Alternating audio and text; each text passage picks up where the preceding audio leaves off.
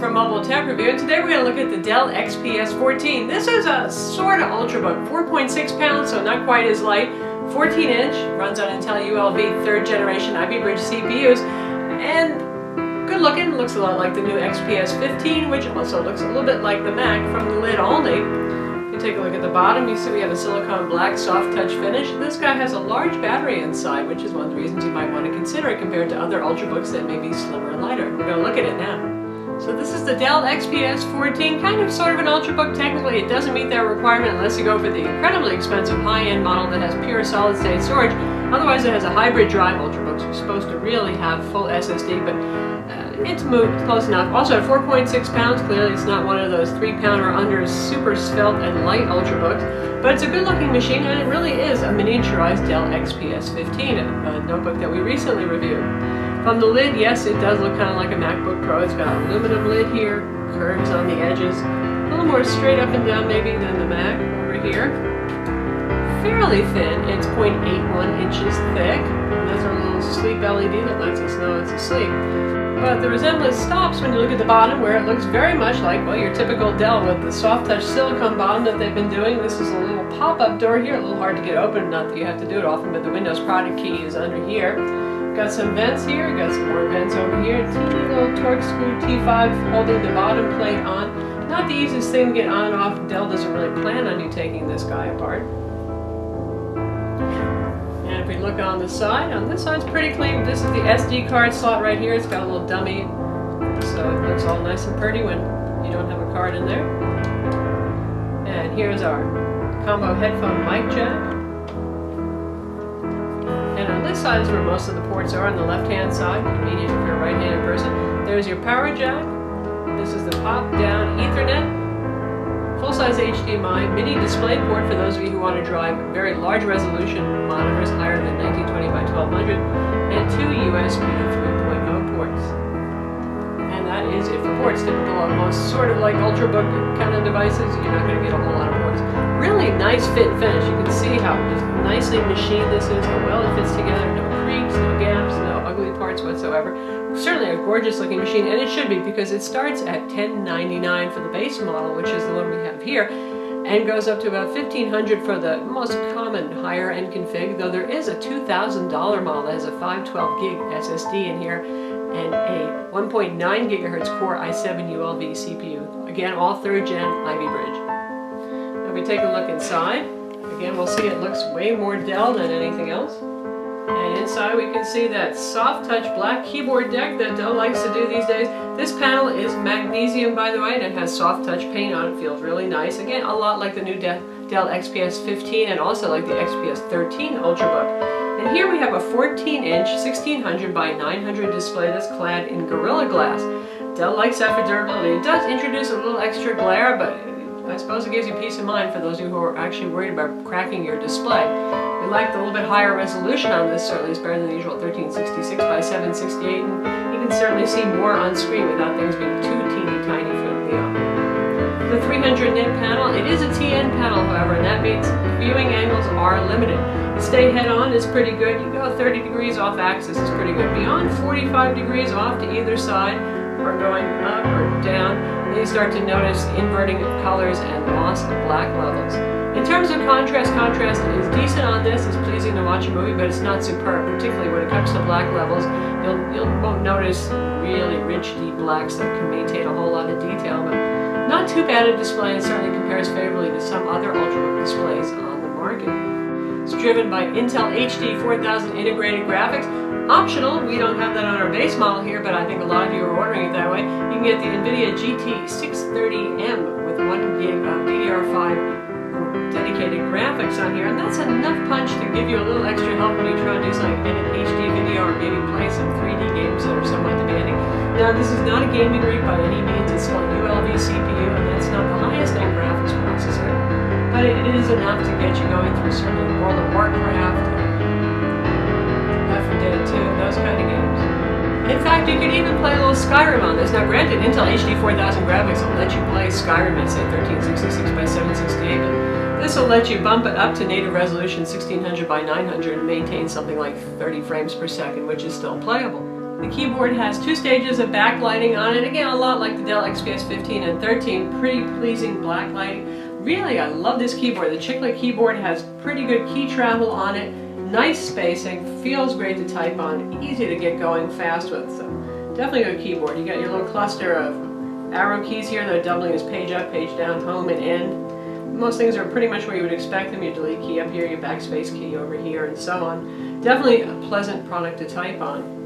And here we have a fairly large glass Synaptics trackpad. If you get the Windows 8 version of this, which you will if you order it now direct from Dell, it'll support all the gestures, multi-touch gestures for Windows 8.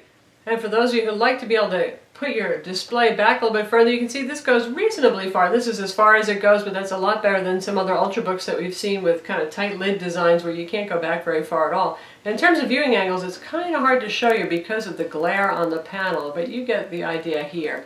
It is viewable still at 45 degrees, and obviously it gets the best when you start facing directly at it. And then, everything gets brighter and much sharper. So not too abysmal for those side viewing angles. The trackpad, by the way, really pleasant to use. Responsive, predictable, nice behaving, enjoying it a lot. Certainly better than a lot of touchpads at HP, turns out. In terms of performance, on PC Mark Vantage it scored a 6341, which is pretty much par for the course, a little better than average for something that has a spinning hard drive with just a small SSD cache drive. We'll get into the full specs of this in a minute. And on 3D Mark Vantage it scored a 2581. You can see our Windows Experience Index scores right here on screen. CPU scores 6.9, memory scores 5.9. Desktop performance for Aero 4.7, 3D and business gaming graphics 6.2, and 5.9 for the hard drive. Now again, our base configuration has an Intel Core i7-3317U, that's 1.7 gigahertz ultra low voltage processor, the same that you're going to find in Ultrabooks. It has 4 gigs of RAM. The machine is available with either 4 or 8 gigs of DDR3 RAM. And we have a 500 gig conventional spinning 5400 RPM hard drive in here, augmented by a 32 gig SSD cache drive to speed up operations. And indeed, applications do launch fairly quickly. You can boot into Windows 7 in about 41 seconds on average, which is pretty good. Machine has dual band Wi-Fi, Intel Advanced Centrino N-6235, and has Bluetooth as well. There's a 1.3 megapixel webcam here, nice and bright and sharp, good webcam. We've got Realtek HD audio on board with Waves Max 4 audio. So this base model configuration sells for $1099, again with the Core i5 1.7 GHz ULV CPU, Intel HD 4000 graphics, 4 gigs of DDR3 RAM, the 500 gig conventional spinning hard drive, and 32 gig SSD. For $1,500 you can get it with the Core i7 1.9 GHz, and that's the 3517U, and you get that 1 gig RAM NVIDIA GeForce GT 630M dedicated graphics card, so you've got switchable graphics there, and you get 8 gigs of RAM. Clearly the juicier choice. And there are a couple of variations in between if you just want to get it without the dedicated graphics, but you want more RAM and so on. You know Dell, they offer a lot of different built-to-order options.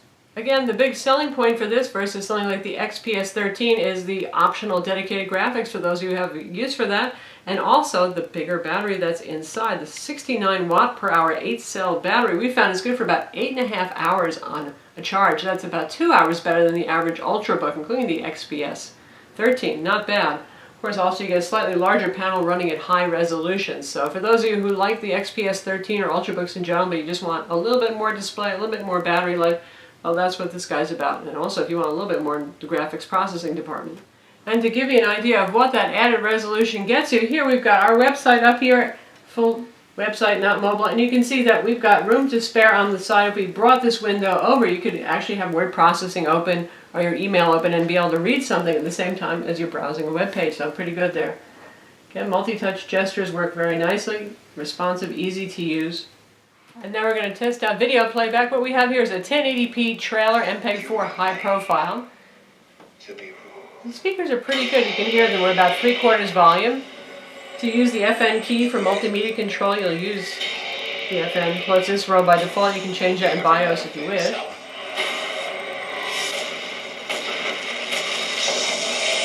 They're pretty loud.